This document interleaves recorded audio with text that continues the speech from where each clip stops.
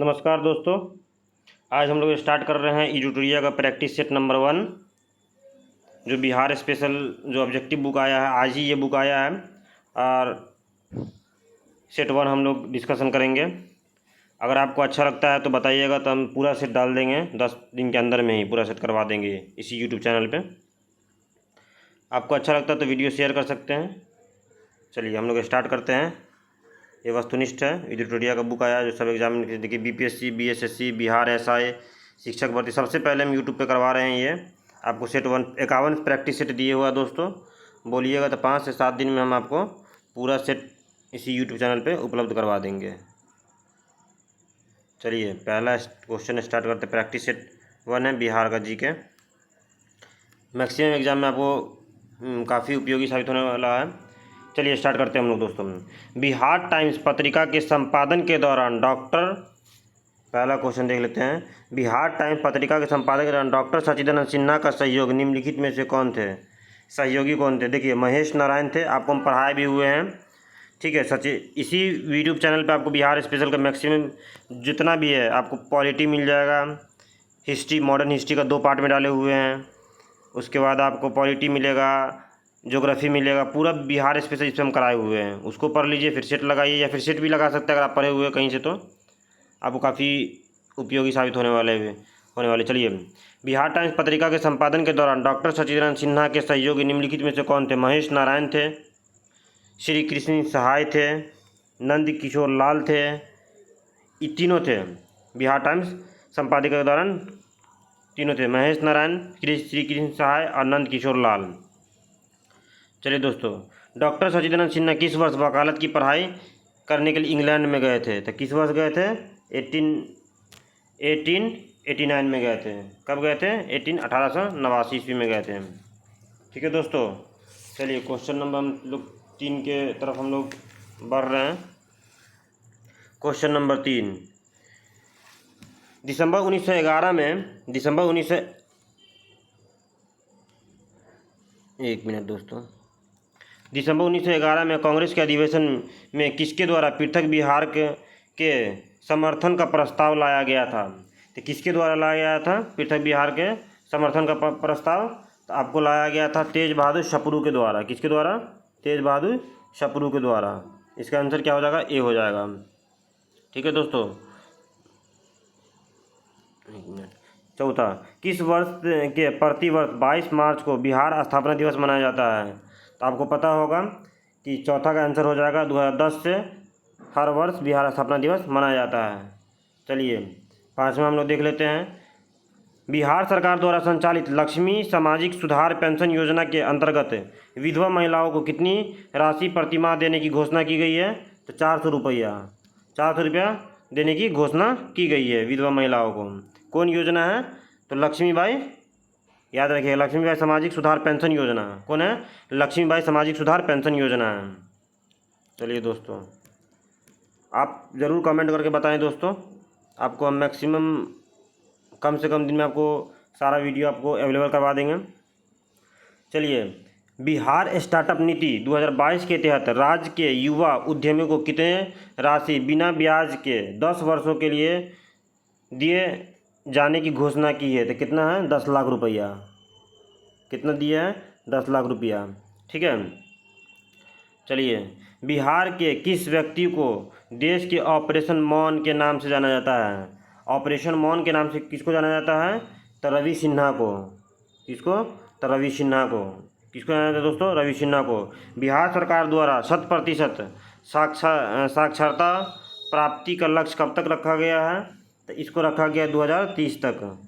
कब तक रखा गया है दोस्तों? तो 2030 तक। चलिए दोस्तों, अब 9th के और हम लोग बढ़ते हैं। एक सेट में 50 क्वेश्चन रहता है टोटल। आप बोलते रहिएगा, हम आपको 5 से 7 दिन के अंदर में आपको पूरा सेट अवेलेबल करवा देंगे। अगर आपको अच्छा लगता है तो ज़रूर बताइएगा। कौटिल्य ने अपनी पुस्तक में कितने प्रकार के दासों की उल्लेख किया है? देखिए, कौटिल्य अपनी पुस्तक में कितने प्रकार के दास का उल्लेख किया है? तो 9 प्रकार। ठीक है। कनाट वंश के किस शासक ने कनाट कुलभूषण की उपाधि धारण की थी? कनाट कुलभूषण की उपाधि के कौन शासक धारण किया था? तो नंददेव किया था। कौन किया था? तो नंददेव किया था। ठीक है। बिहार के मिथिला क्षेत्र में किसके शासनकाल में पंजी संबंध का विकास हुआ था? मध्य रजिस्ट्रेशन का विकास आपको पढ़ाए भी हुए हैं। इसका क्या होगा? हरि सिंह देव हो जाएगा। एक मिनट दोस्तों, हरि सिंह देव। ठीक है, चलिए क्वेश्चन नंबर 12 की ओर हम लोग चलते हैं। बिहार में सैनिक अभियान आयोजित कर बिहार को दिल्ली सल्तनत के अधीन करने वाला प्रथम शासक कौन था? तो आपको पता होगा, दिल्ली के अधीन करने वाला सबसे प्रथम शासक था, तो उसका नाम क्या था? उसका नाम इल्तुतमिश था। अब कब किया था ये आपको कमेंट बॉक्स में बताना है। ठीक है, और गयासुद्दीन तुगलक कब किया था तो ये भी आपको कमेंट बॉक्स में बताना है। क्योंकि आपको पढ़ाए हुए इसी यूट्यूब चैनल पे। किस शासक के संबंध में कानूनगो द्वारा कहा गया कि वह बाहर से मुस्लिम तथा अंदर से हिंदू था? किसके द्वारा कहा गया था? तो शेरशाह सूरी के द्वारा। इसका ऑप्शन क्या होगा? बी हो जाएगा। चलिए दोस्तों, क्वेश्चन नंबर 14 की ओर चलते हैं हम लोग। 1607 में बंगाल का गवर्नर, इसको ऊपर कर लेते हैं, इसको थोड़ा सा और जूम कर लेते हैं दोस्तों, ताकि आपको जो वीडियो जाए तो और अच्छे से अच्छा लगे देखने में।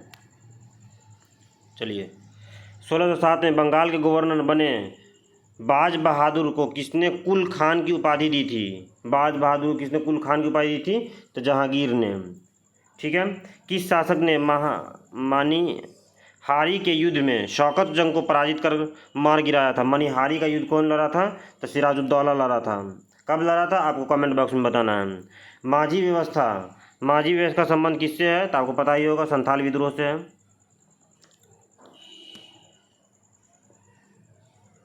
पीर मोहम्मद मुनीस ने अपने किस पत्रिका में चंपारण के किसानों को दुर्दशा को मानिक चित्रण किया था? तो इसका आंसर हो जाएगा आपको पीर मोहम्मद मुनीस का प्रताप में ये किया था। चलिए क्वेश्चन नंबर 18।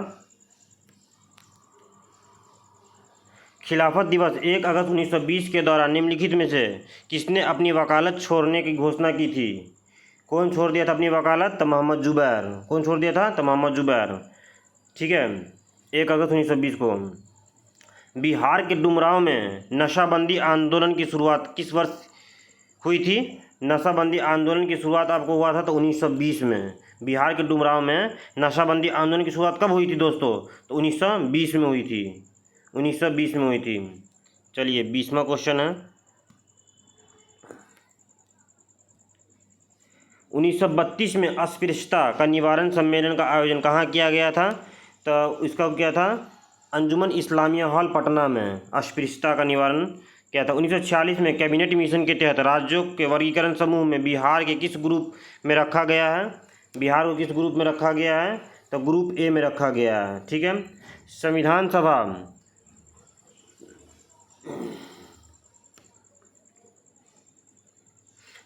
में बिहार के कुल कितने सदस्य शामिल थे? तो 36 सदस्य शामिल थे। निम्नलिखित में से कौन सी कृति विद्यापति द्वारा लिखी गई थी? तो विद्यापति द्वारा लिखी गई कृति का नाम क्या है दोस्तों? तो विद्यापति के द्वारा कौन कृति लिखी गई थी? आपको न्याय काटिका ऑप्शन ए हो जाएगा इसका। ठीक है। पंचायती राज व्यवस्था के अंतर्गत उप मुखिया अपना त्यागपत्र किसको सौंपता है? तो इसको देखिए, आपको ये भी पढ़ाए हुए हैं। तो जिला पंचायती राज पदाधिकारी को किसको सौंपता है?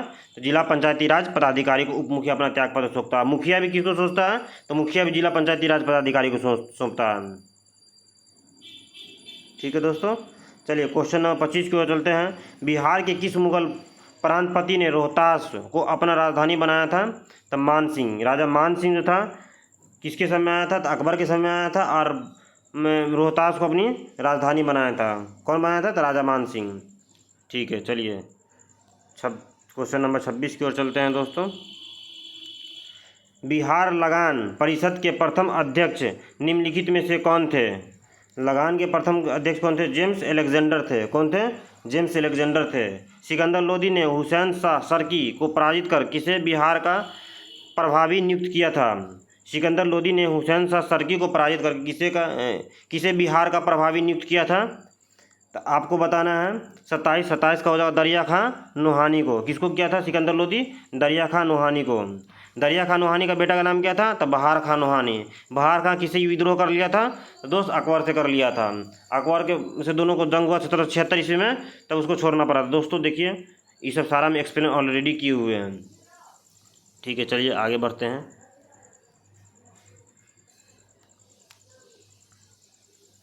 निम्नलिखित में किस आंदोलन के दौरान बिहार में स्वराज ट्रेन का परिचलन किया गया था? तो किसके आंदोलन के दौरान किया था? भारत छोड़ो आंदोलन के दौरान किया था। शुष्क पर्णपाती वन का विस्तार बिहार के किस जिले में सर्वाधिक है? शुष्क पर्णपाती वन का देखिए गया में भी हो जाएगा, दक्षिण बिहार में रोहतास में भी हो जाएगा, जहानाबाद। इसका आंसर क्या हो जाएगा? डी हो जाएगा। ठीक है, बिहार में बरौला झील पक्षी अभ्यारण्य कहाँ स्थित है? तो बरौला झील पक्षी अभ्यारण्य कहाँ स्थित है? इसका वैशाली में हो जाएगा। वैशाली से बरैला, याद रखिएगा। बरैला झील तो वैशाली में। बरैला झील कहाँ हो जाएगा दोस्तों? तो वैशाली में हो जाएगा। बरैला झील पक्षी अभ्यारण्य वैशाली में हो जाएगा। चलिए क्वेश्चन नंबर 31 की ओर हम लोग बढ़ते हैं। क्वेश्चन नंबर 31, बिहार के किस पक्षी बिहार में लालसर नामक कश्मीरी पक्षी अक्टूबर से फरवरी माह तक प्रवास करते हैं? तो इसका हो जाएगा आपको बक्सर पक्षी बिहार। ठीक है, चलिए 32 को हम चले। बिहार में सीतामढ़ी, मधुबनी, दरभंगा जिले किस भूकंप जोन के अंतर्गत रखा गया? देखिए सीतामढ़ी, मधुबनी, दरभंगा सब किससे सटा हुआ है दोस्तों? नेपाल से। तो जोन 5 के अंदर हो जाएगा। ठीक है, चलिए 33 का देख लेते हैं। बिहार के किस जिले में तरस रेशम उत्पादक का सर्वाधिक होता है? देखिए रेशम जैसे बोल दे, रेशम जैसे बोलेगा आपको मारना है भागलपुर, क्योंकि आपको पता है सिल्क सिटी भी कहा जाता है भागलपुर को। बिहार में स्थित कोसी परियोजना की नहर कहाँ से निकलती है? कोसी परियोजना की नहर कहाँ से निकलती है? तो हनुमान नगर के निकट से निकलती है।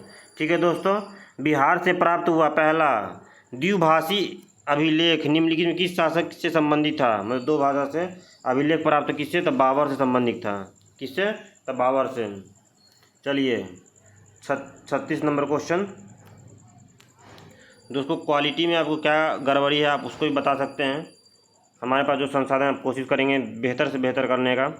ग्राम कचहरी से में अपील की सुनवाई है तो न्यूनतम पंजी की गणपूर्ति की संख्या कितनी होनी चाहिए? तो आपको होगा 7। ठीक है, ऑप्शन इसका सी 36 का हो जाएगा, सी हो जाएगा। बिहार में किस क्षेत्र में लेटराइट मृदा सर्वाधिक पाई जाती है? लेटराइट मृदा कहाँ पाई जाएगी? तो छोटा नागपुर के पठार के उत्तरी भाग में, छोटा नागपुर के पठार के उत्तरी भाग में लेटराइट मृदा पाया जाएगा। चलिए क्वेश्चन नंबर 38 की ओर हम लोग बढ़ जाते हैं। मध्यकालीन में बिहार शरीफ का प्रसिद्ध था, किसके लिए प्रसिद्ध था? बिहार शरीफ प्रांतीय प्रशासन के केंद्र के रूप में था ये। ठीक है, मध्यकालीन में। बिहार सरकार द्वारा किस वर्ष पर्यटन को उद्योग का दर्जा दिया गया है? पर्यटन को आपको 1987 में। ठीक है, देखिए दोस्तों ये फैक्चुअल क्वेश्चन है तो आपको हम जल्दी जल्दी करवा रहे हैं, इसमें कोई कॉन्सेप्ट नहीं, रट्टा मारिए आगे बढ़िए, क्योंकि आप ऑलरेडी पढ़े भी होंगे। यहाँ पूरा सेट करवाना है आपको, 51 सेट। निम्नलिखित में किसे फिरंगिया संगीत से रचनायिता के रूप में जाना जाता है? 40 का हो जाएगा मनोरंजन प्रसाद सिन्हा को। ठीक है दोस्तों, अब आ जाते हैं हम 41। देखिए 41 का क्वेश्चन ये है। 41 इसमें मिलाने वाला देखिए, तो इसलिए बोलते हैं ना कि डेप्थ में पढ़िए, डेप्थ में पढ़िएगा तो मिलाइएगा। ठीक है, देखिए बिहार स्टार्टअप नीति कब हुआ था? बिहार स्टार्टअप नीति तो आपको पहला का हो जाएगा, क्या हो जाएगा? पहला का हो जाएगा आपको बिहार स्टार्टअप नीति 2022 में, तो ये पहला का हो जाएगा डी। ठीक है, दूसरा बिहार कृषि निवेश प्रोत्साहन, कृषि में निवेश प्रोत्साहन कब हुआ था? तो 2020 में। ऑक्सीजन उत्पादन प्रोत्साहन नीति तो ये हो जाएगा 2021 में, कोरोना के टाइम में। कृषि रोड मैप की शुरुआत 2008 में हुआ था। और अभी कौन कृषि रोड मैप चल रहा है ये कमेंट बॉक्स में बताना है। 23 से 28 चल रहा है। राष्ट्रपति महोदय उसका उद्घाटन किए, कहाँ उद्घाटन किए हैं, किस समारोह में, आपको कमेंट बॉक्स में बताना है दोस्तों। ठीक है, तो इसका आंसर क्या हो जाएगा दोस्तों? तो इसका आंसर हो जाएगा सी। चलिए क्वेश्चन नंबर हम 42 की तरफ बढ़ते हैं। ठीक है, सविनय अवज्ञा आंदोलन के दौरान हस्तलिखित मासिक पत्रिका का प्रकाशन होता था। किसका होता था? तबंदी कैदी का। ठीक है। निम्नलिखित में से कौन बिहार सरकार के महत्वाकांक्षी योजना 7 निश्चय पार्ट 2 के अंतर्गत शामिल नहीं है? देखिए, आपको योजना याद कर लेना है। देखिए, सशक्त महिला सक्षम महिला बिल्कुल है, स्वच्छ गांव समृद्ध गांव बिल्कुल है, सुलभ ये भी है, बाल विकास वाला नहीं है। तो ये आपको 43 का डी हो जाएगा। चलिए 44 पर हम लोग चलते हैं। बिहार सरकार द्वारा संचालित मिशन 5.0 का संबंध किससे है? इसका हो जाएगा आपको वृक्षारोपण से हो जाएगा। 44 का 1 हो जाएगा। वाल्मीकि रामायण में बक्सर क्षेत्र के लिए किसे शब्द का प्रयोग किया गया है? वाल्मीकि में बक्सर के लिए इसके मलंद और करुणा दोनों का याद ऑप्शन क्या हो जाएगा? इसका डी हो जाएगा 45 का। चलिए 46 की ओर हम लोग बढ़ते हैं दोस्तों। 46, निम्नलिखित में से कौन सा जिला धारवाड़ भू स्तरीय संरचना वाला नहीं है?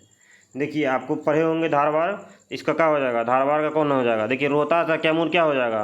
विंध्याचल होता, धारवाड़ नहीं होगा, तो इसका आंसर बी हो जाएगा। बिहार के उत्तर पश्चिमी स्थित हरहा नदी घाटी किस अन्य नाम से जाना जाता है? देखिए, हरहा को किसके नाम से जाना जाता है? हरहा नदी घाटी को तो दून घाटी के नाम से हरहा नदी घाटी को जाना जाता है।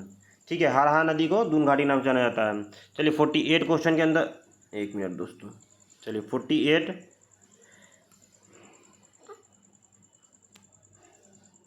एक मिनट दोस्तों। हाँ, चलिए, बिहार में उत्तरी मैदान भाग में पश्चिम से पूर्व की ओर बढ़ते क्रम में दो आप का सही क्रम निम्नलिखित में से क्या है? 48, तो 48 का क्या हो जाएगा? तो 1 हो जाएगा। पहला हो जाएगा गंडक दोआब, फिर घाघरा दोआब हो जाएगा, फिर गंडक हो जाएगा, फिर कोसी हो जाएगा। इसका आंसर क्या हो जाएगा? फर्स्ट हो जाएगा।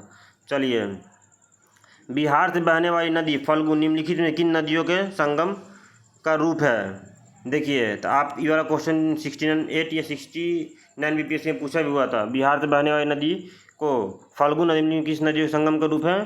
तो मोहना और लीलाजन नदी के। बिहार के किस जिले में पीढ़ में मिट्टी पाई जाती है? पीढ़ में मिट्टी किस जिले में पाई जाएगी? तो पश्चिमी चंपारण में पाई जाएगी। देखिए दोस्तों, हम सेट फर्स्ट पूरा कंप्लीट करवा चुके हैं। आप को अच्छा लगता है तो आप इसे लाइक शेयर सब्सक्राइब कर सकते हैं, और जो सुझाव देना है वो भी कमेंट बॉक्स के थ्रू दे सकते हैं। थैंक यू दोस्तों।